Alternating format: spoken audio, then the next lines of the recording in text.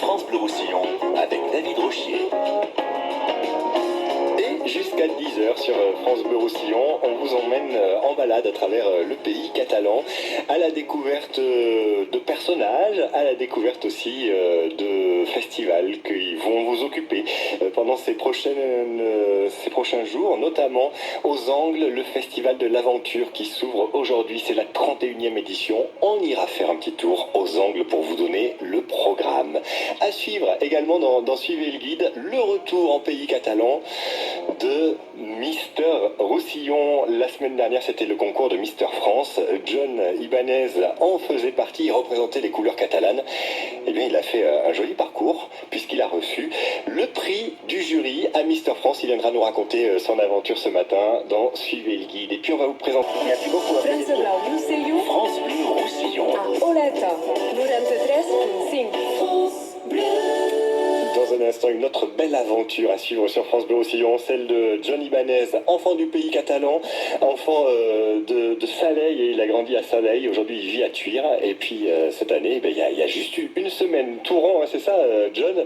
Vous étiez à Paris pour représenter les couleurs catalanes à l'élection de Mister France. Et vous avez fait un beau parcours puisque vous avez reçu le prix du jury. Exactement. Et on va en parler avec vous dans 3 minutes sur France Bleu Roussillon. France Bleu Roussillon, 9h-10h, suivez le guide. Et c'était il y a une semaine tout juste l'élection de Mister France. Ça s'est passé à Paris avec un représentant catalan puisque on avait notre Mister France Roussillon, John Ibanez, qui était là-bas à Paris. Vous êtes d'ailleurs parti un petit peu avant l'élection. Hein. Vous passez une semaine à Paris, c'est ça ? Tout à fait. Alors nous sommes partis le 7 janvier jusqu'au 11 janvier pour une semaine de préparation et de cohésion. Ouais. Un peu comment ça se passe pour les Miss France d'ailleurs, hein, qui partent elles aussi et qui passent un petit moment ensemble. D'ailleurs, pour elles, ça s'est pas très bien passé. Il y avait crépage de chignon. C'était pas le cas pour les Mister France. Entre vous, ça s'est plutôt bien passé. C'était sympa. Alors ça s'est très bien passé pour moi. Très très belle aventure. Ouais. On a fait énormément de connaissances. Les garçons étaient très sympas. C'est vraiment une belle expérience. Et une semaine où vous faites quoi? Alors, vous découvrez la capitale, vous découvrez Paris, vous faites des photos?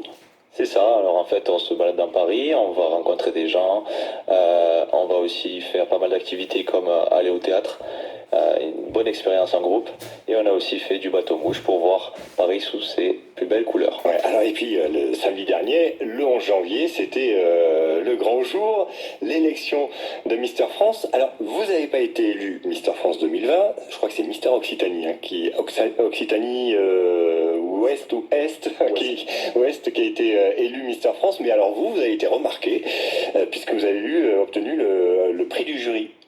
C'est ça, alors en fait le prix du jury c'est le jury donc qui m'a choisi. De ce fait j'ai plu au jury, même si je n'avais pas évidemment au niveau du public le maximum de voix. Ouais. Donc, en tout cas, ce qui est intéressant, c'est que c'est 2 gars du Sud qui ont été distingués hein, à travers le titre de Mister France et puis le prix du jury. J'imagine que pour vous, c'était quand même une très belle aventure, non ? Magnifique aventure, et surtout que le 11 janvier c'était mon anniversaire. Voilà, donc vous avez quel âge d'ailleurs? 23, 24? J'ai 24 ans. 24 ans, donc depuis le 11 janvier. Le prix du jury, ça vous apporte quoi? Est-ce que depuis que vous avez obtenu ce prix, vous sentez qu'il y a des choses qui se passent, que ça bouge un petit peu? Bien sûr, tout à fait. Donc j'ai fait la rencontre des personnes du jury, et dont Morgan Ingers, donc une personnalité qui est quand même assez connue dans le monde du maquillage sur le corps, etc. Au niveau des mondiaux du maquillage, donc c'est quelqu'un d'assez connu. Ouais. Et alors aujourd'hui, il paraît que vous faites même la couverture de certains magazines de mode chinois.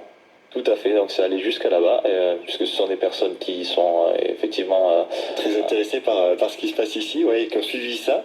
Donc vous qui avez grandi à Saleil, qui vivez aujourd'hui à Thuir, et peut-être que vous allez devenir une star dans le monde de la mode chinoise, ce qui serait quand même là aussi assez grandiose, non? Tout à fait, bien sûr, pourquoi pas. Vous rêvez à quoi aujourd'hui alors, John? Alors aujourd'hui, je rêve d'ouvrir les maximum de portes qui se dressent devant moi pour pouvoir avoir accès justement à mes plus grands rêves, et ensuite pouvoir justement de ce fait remercier les gens qui m'ont aidé, Je remercie également le comité Roussillon pour tout l'aide et la préparation qu'il m'a fourni, et également le comité Mister France officiel. Ouais. Vous rêvez aujourd'hui de travailler dans le monde de la mode? Oui, bien sûr. Pour moi, c'est une grande opportunité de travailler dans ce monde-là. Avec peut-être des choses qui vont s'ouvrir. À vos côtés, il y a Stéphane qui est là, Stéphane Fraisse, bonjour. Jérôme Fraisse, vous êtes le délégué Mister France Roussillon ici.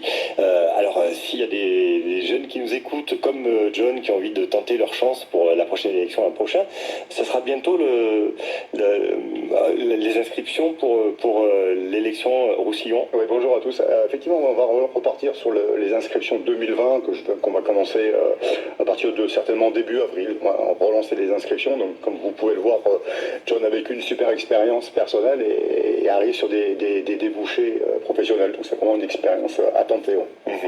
Et donc, pour ça, on va vous suivre à travers votre page Facebook, notamment, pour se préparer début avril.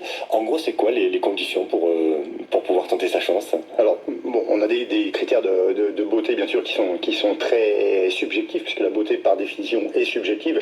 Nous, on a quand même des éléments assez palpables sur le fait que le candidat doit faire à minima 1m78, qu'il doit avoir 18 jusqu'à 28 ans, un casier judiciaire vierge, ça c'est pour les conditions un petit peu techniques, mais on privilégie aussi la beauté du cœur et la beauté de l'âme. Ça c'est important, et c'est vrai qu'il y a aussi tout cet aspect-là qui est mis en avant et qui est mis en valeur.